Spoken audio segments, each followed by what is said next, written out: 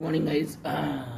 তো চলে আসলাম আবার একটু কথা বলতে তোমাদের সঙ্গে, সবার সঙ্গে আমার মতামত প্রকাশ করার জন্য, যেহেতু আমরা বসবাস করি। তাই আমার মতো মতামত সবাই প্রকাশ করতে পারে, কারো মত আলাদা হতে পারে, তাতে আমাদের কোনো ইয়ে নেই। কিন্তু আমার যেটা মত সেটা আমি বলবোই, আপনারা কমেন্টে বা কোথাও বলতেই পারেন যে সে ভুল বলেছে, সেটা আপনাদের ব্যাপার।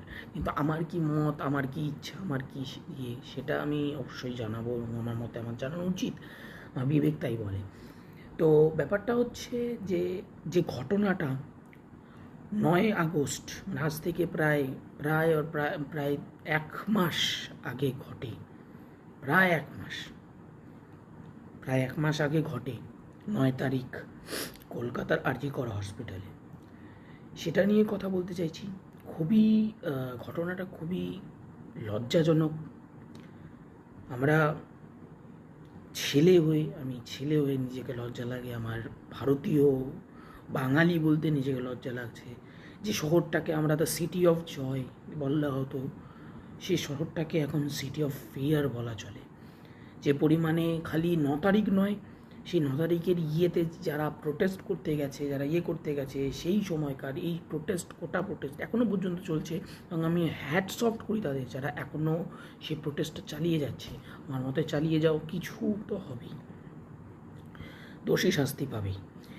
তো আমার যেটা ছিল যে এই প্রোটেস্টের মাঝখানে আমি যে রিপোর্টগুলো দেখছিলাম, আমি কিছু বলতে পারিনি প্রোটেস্টের মাঝে তেমনভাবে মেন ইয়েটাতে, কারণ আমার শরীরটা অতটা ভালো ছিল না, আমার ফ্যামিলিতেও কিছু প্রবলেম ছিল, তো তাই জন্য।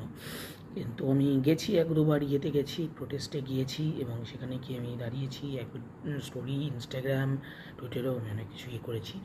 তো হ্যাঁ, আমার মনে হচ্ছে যে এবার আমার বলাটা দরকার, আমার শরীরটা ঠিক হয়েছে, আমার বলাটা দরকার।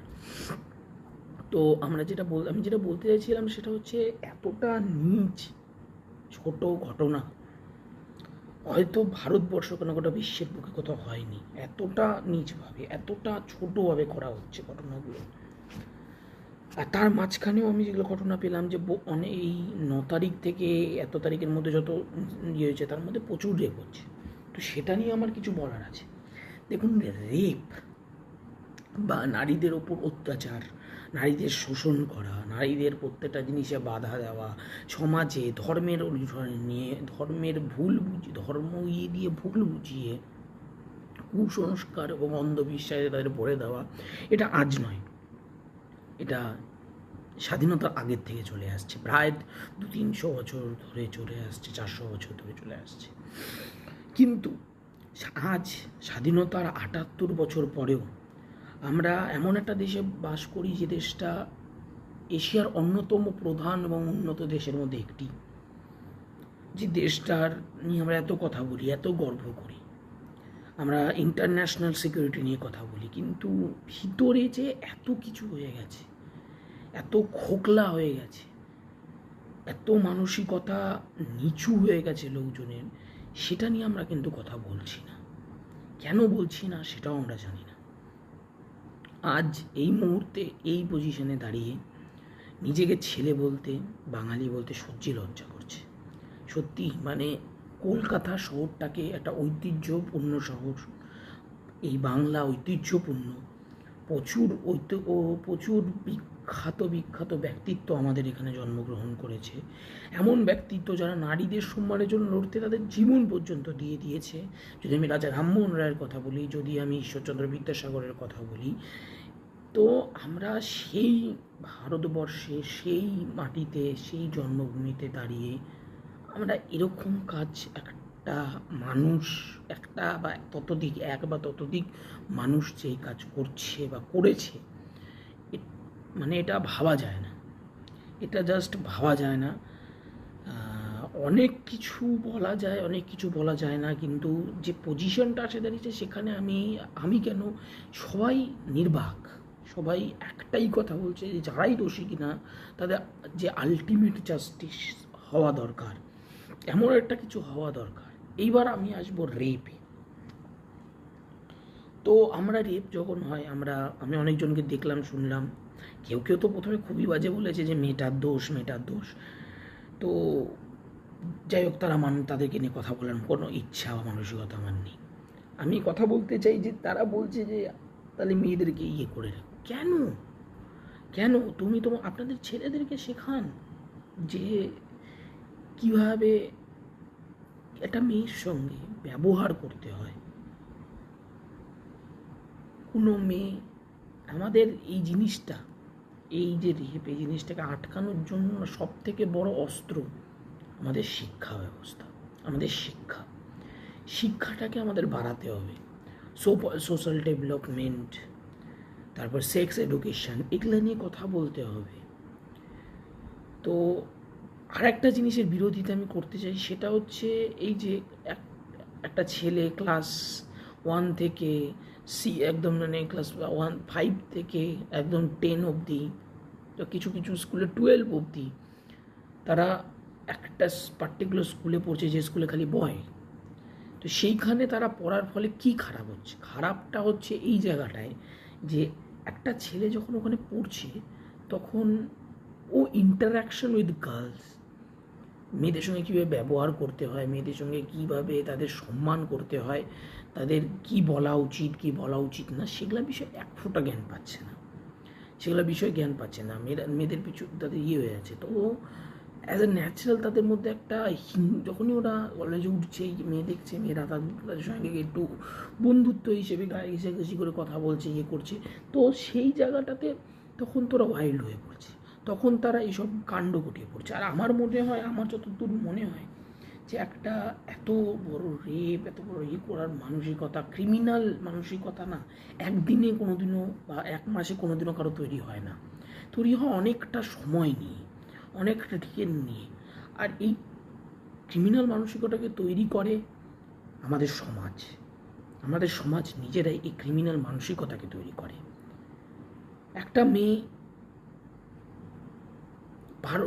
এখনও প্রচুর, ভারতবর্ষে নয়, পশ্চিমবঙ্গে নয়, ভারতবর্ষে এমন প্রচুর গ্রাম আছে, প্রচুর অত্যপুরো গ্রাম আছে যেখানে এখনও পর্যন্ত মেয়েদেরকে 14 থেকে 15 বছর বয়সে বিয়ে দেওয়া হয়, যেখানে আমাদের সংবিধান, আমাদের আইনে 18 বছরের নিচে বিয়ে দেওয়া বা বাল্যবিবাহ দেওয়া নিষিদ্ধ, সেখানেও কিন্তু বিয়ে হচ্ছে। ইনফ্যাক্ট আমি যেখানে থাকি সেটা যে খুব একটা শহর তা নয়, গ্রাম। তো আমি এরকম অনেক দেখেছি যারা মনে করো আমার সঙ্গেই পড়ে, আমার কলেজেই পড়ে, আমার থেকে 1 বছর সিনিয়র, তাদের বিয়ে হয়ে গেছে অলরেডি। আমি জিজ্ঞেস করতে বলেছি, তারা 2 বছর 3 বছর আগে বিয়ে হয়েছে। কিন্তু কেন? পড়তে দাও মেয়েদেরকে, শিখতে দাও, তাদের পড়াশোনা জানতে দাও। কারণ মেয়ে ছেলে সব প্রায় একই সমান জায়গায় দাঁড়িয়ে আছে, তারা সমান শিক্ষাটা পেতে দাও, তাদের সুরক্ষাটা পেতে দাও, তাদের সমান শিক্ষা ব্যবস্থা পেতে দাও।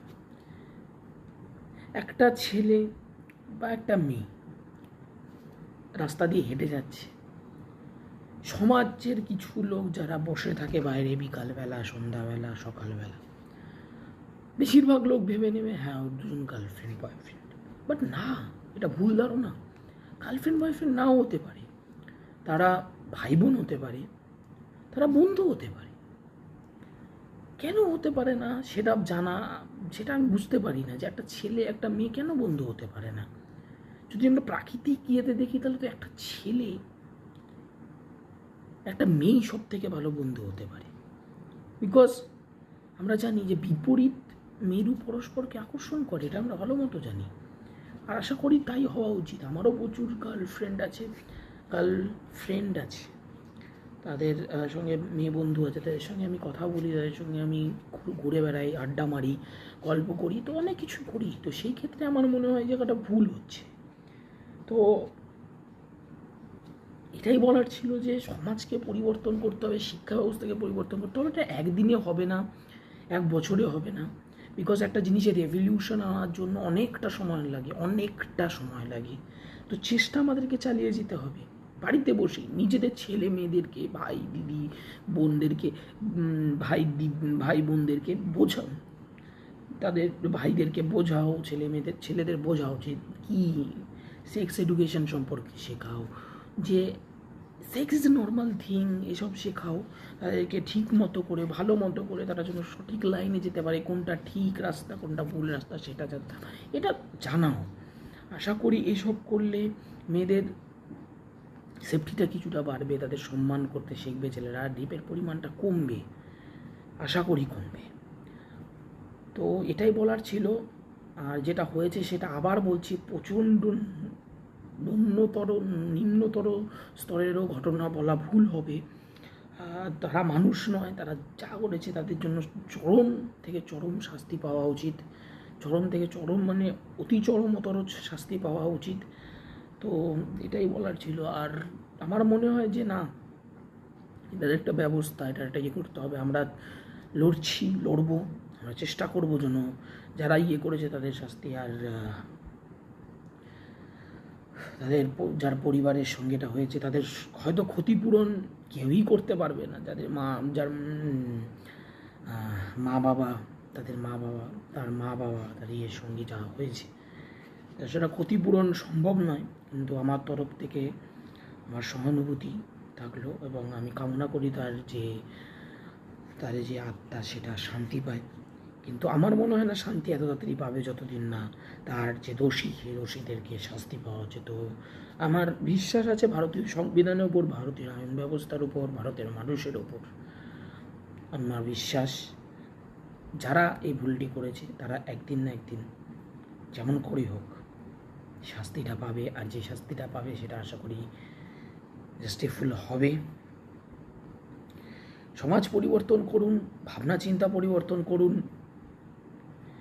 নিজেকে সমাজ সংস্কার হিসেবে দেখার দরকার নেই। নিজেকে আপনি আপনার লাইফ ব্যালেন্স করলেও সমাজে সংস্কার করতে পারেন, সে কাজে লাগুন। অ্যানিমালদেরকে, যারা অ্যানিমাল, আমি যেটা অ্যানিমাল রাইটসের একটা ইয়ে করতে চাইছি সেটাও করুন। অ্যানিমালদেরকে, বোবা অ্যানিমালদেরকে ইয়ে করুন, মানুষদেরকে সাহায্য করুন, গরিব বড়লোক গরিবদেরকে সাহায্য করুন, হাত বাড়িয়ে দিন তাদের দিকে। মেয়েদেরকে সুরক্ষা দেওয়ার প্রধান চেষ্টা করুন। প্রত্যেকটা মেয়ের মধ্যেই না নিজের, আপনার যে গার্লফ্রেন্ড বা আপনার যে বোন, মা, তাদেরকে দেখার চেষ্টা করুন, হয়তো কিছুটা পরিবর্তন ঘটতে পারে। এটাই বলার ছিল। নমস্কার আবারও। আর আজকের মতো এখানেই, আরও বিষয়ে কথা বলবো পরে, অনেক বিষয় করব। ভিডিওটা যদি ভালো লেগে থাকে, যদি ইয়ে করে থাকে, তাহলে অবশ্যই একটা লাইক এবং শেয়ার করবেন, এবং চ্যানেলটাকে সাবস্ক্রাইব করে রাখবেন। এইভাবেই মতামত প্রকাশ করতে থাকবো। আপনারাও মতামত প্রকাশ করবেন, আমার কিছু ভুল হলে সেটা লিখে দেবেন কমেন্টে অবশ্যই। তো আজকে এতটুকুই, নমস্কার।